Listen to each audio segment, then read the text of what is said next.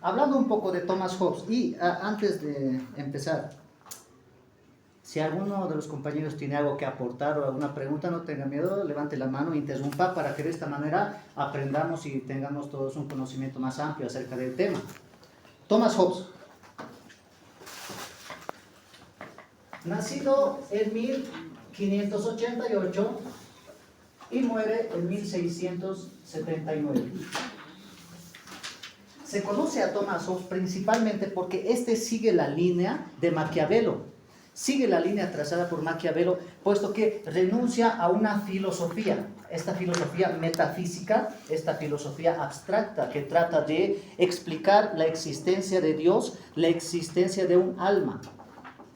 Y acá entramos a otro capítulo.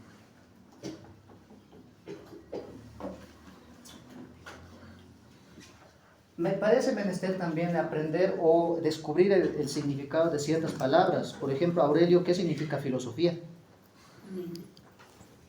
Pensamiento. Es importante siempre dar el significado de ciertas palabras para que cuando leamos un libro no nos confundamos a qué se refiere. Filos, amor. Sophos o Sofía, sabiduría. Entonces es el amor a la sabiduría. Y la teoría metafísica que establecía Aristóteles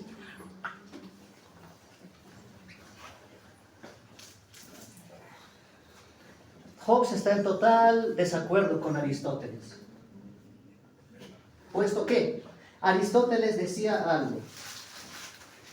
Aristóteles establecía que el hombre es social por naturaleza, que el hombre es un animal político, cosa falsa para Thomas Hobbes, puesto que para Thomas Hobbes el hombre es por naturaleza cruel, es por naturaleza vengativo, es por naturaleza ambicioso y en base a sus necesidades no va a tener miedo de hacerle daño a su congénere con tal de obtener lo que éste quiera o desee.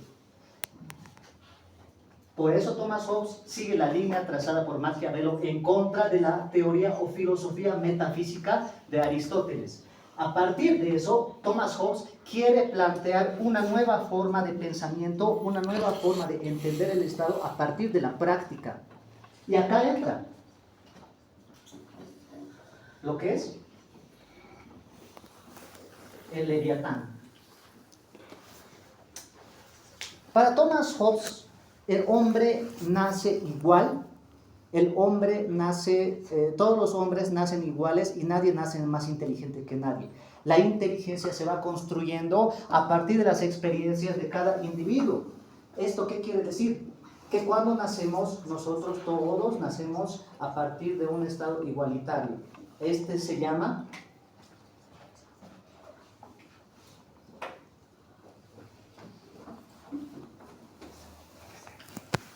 el contractualismo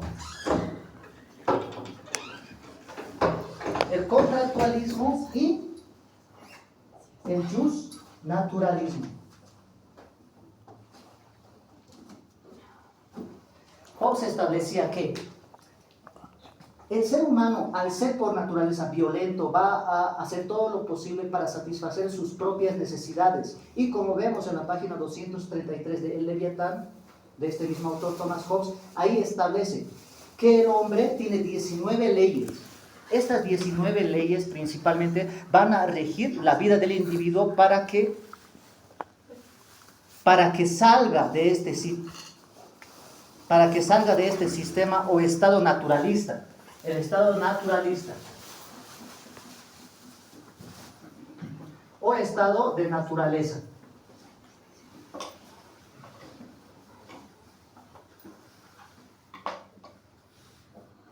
El estado de naturaleza es aquel estado en el que el hombre compite con otro hombre para su supervivencia. ¿Por qué?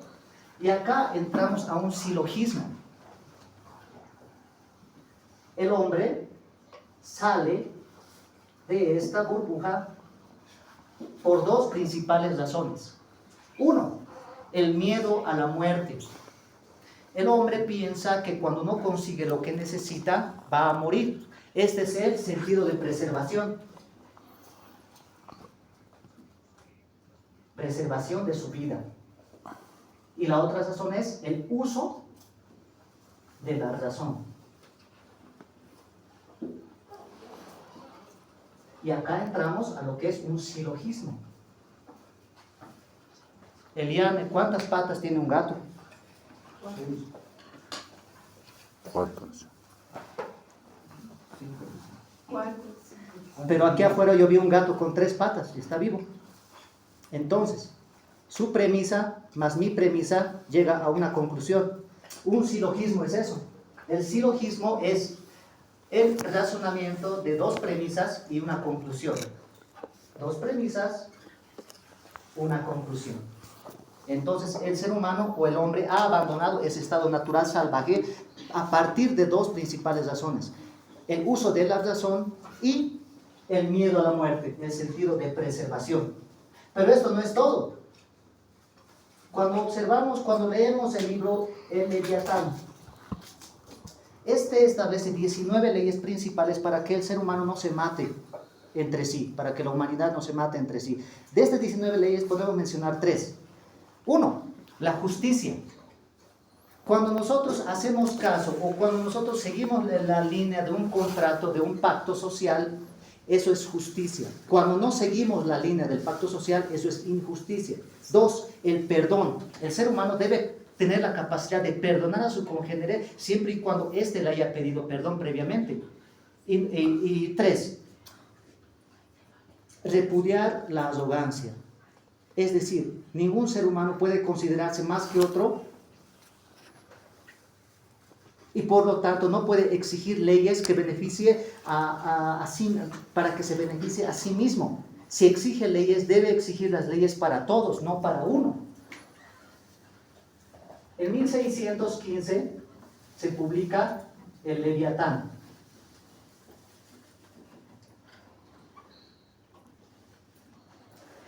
¿Por qué se llama el Leviatán? Nosotros hacemos referencia al Leviatán precisamente por una causa. En esta imagen podemos observar un monstruo marino. En esta otra imagen podemos observar al mismo monstruo, pero en otro diseño. Leviatán es el nombre bíblico que se le dio al diablo en ciertas lenguas. Y también Leviatán es el monstruo marino al cual tenían miedo de enfrentarse los navegantes y marineros que viajaban a través del mar. Por eso Thomas Hobbes le llama Leviatán al Estado. El Estado tiene la función de mediar entre los seres humanos, la sociedad que lo forma, para que estos no se maten entre sí. Por eso se establece en la página 215 del Leviatán que el ser humano, el hombre, cede su derecho a la defensa a otro hombre o a un grupo de hombres, para que de esta forma estos lo defiendan a él. Pero el pacto social, y acá entramos a una capítulo mucho más interesante.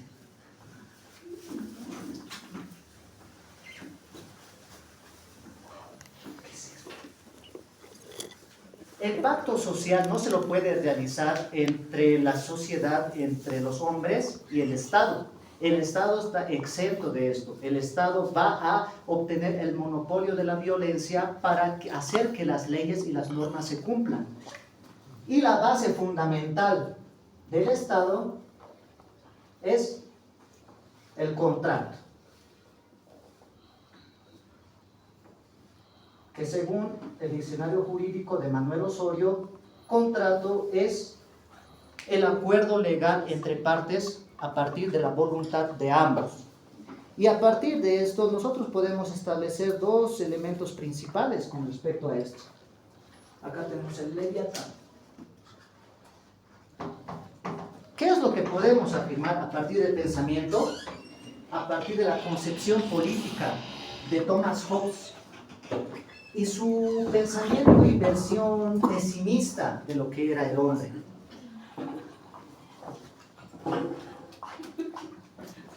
Tenemos que tomemos ciertas verdades evidentes. En la parte 1 y en la parte 2 de El Leviatán de Thomas Hobbes se establece la idiosincrasia, las características del Estado y las funciones que tiene el Estado para con la sociedad que lo conforma. En la parte 3, y acá viene lo interesante.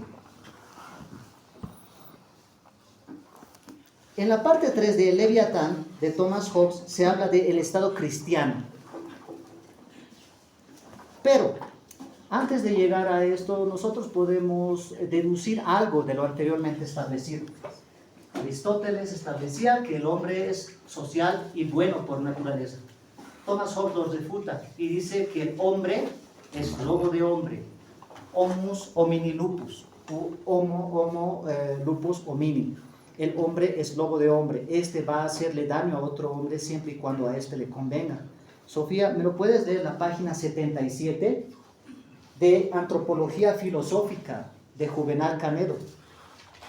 Acá se establece cuál es la diferencia principal entre los animales y los seres humanos. ¿Por qué en la época de la esclavitud, en el periodo esclavista de la humanidad, por qué se decía que los esclavos no tenían alma? Por lo tanto, asesinarlos no conllevaba ningún pecado.